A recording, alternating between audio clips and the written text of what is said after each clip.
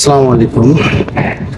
আসলে ইউরোপে না আসলে বুঝতাম না যে একাকিত্ব কাকে বলে। ঠিক আছে, অনেকে তো বলে যে একাকিত্ব জীবন কাটানো অনেক শান্তির, কিন্তু বাহিরে বা প্রবাসে আসার পরে মানুষ বুঝতে পারে যে একাকিত্ব কি জিনিস। ঠিক আছে, প্রবাসে না আসলে বুঝবো না কেউ যে একা থাকার কষ্টটা কি। ঠিক আছে, যতই টাকা পয়সা থাক বা যত যাই থাক, কিন্তু এতটা অশান্তি লাগে একা থাকতে, এটা বলার মতো না। ঠিক আছে, মানে শুধু যখন কাজ করা হয় না তখন একটু শান্তি লাগে, যখন কাজে থাকা হয় যে দেখা যায় 2-4-5 জন লোক থাকে কাজের মধ্যে, তখন তাদের সাথে আপনার কাজও করা হয় আবার কথাও বলা হয়, ওই সময়টা আর কি ভালো লাগে।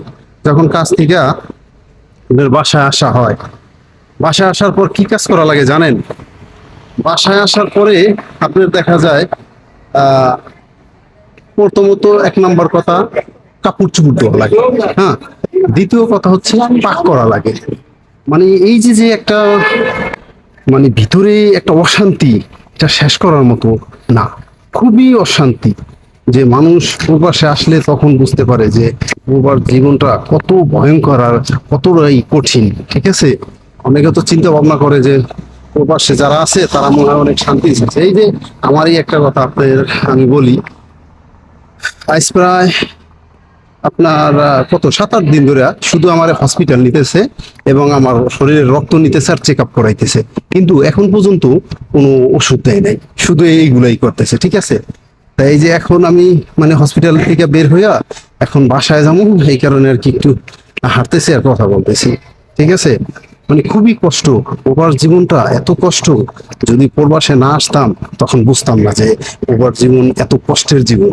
ঠিক আছে, অনেক মানুষ তো দেখা যায় 20 বছর 22 বছর ধরে তারা থাকে প্রবাসে, কিন্তু একটা জিনিস খেয়াল করবেন, তাদের রুহটা বা তাদের মনটা মরা মন, তাদের মন মানে সবকিছুই মরা, জিন্দা না। ঠিক আছে, তারা মরা মানুষের মতো, তাদের ভিতরে কোনো শান্তি সুখ এগুলো কিচ্ছুই নাই। ঠিক আছে, আমার জীবন এত কঠিন জীবন। আর আরেকটা বিষয় হলো যে যারা মনে করেন দেখা যায় অভ্যস্ত হয়ে যায় না, যে প্রবাসে থাকতে থাকতে অভ্যস্ত, যে সবকিছু মানায় নিছে, ঠিক আছে, আমাদের এরকম হইব আস্তে আস্তে। কিন্তু ওই যে যে একটা শান্তি আছে না, ওই শান্তিটা আমরা আর চোখে দেখবো।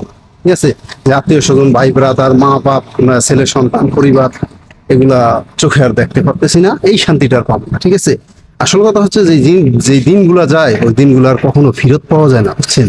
এই হলো মেন কথা। খুবই কষ্ট লাগে, এই কারণে আর কি ভিডিওটা করলাম। ঠিক আছে, যাই হোক, সবাই ভালো থাকবেন। আসসালামু আলাইকুম।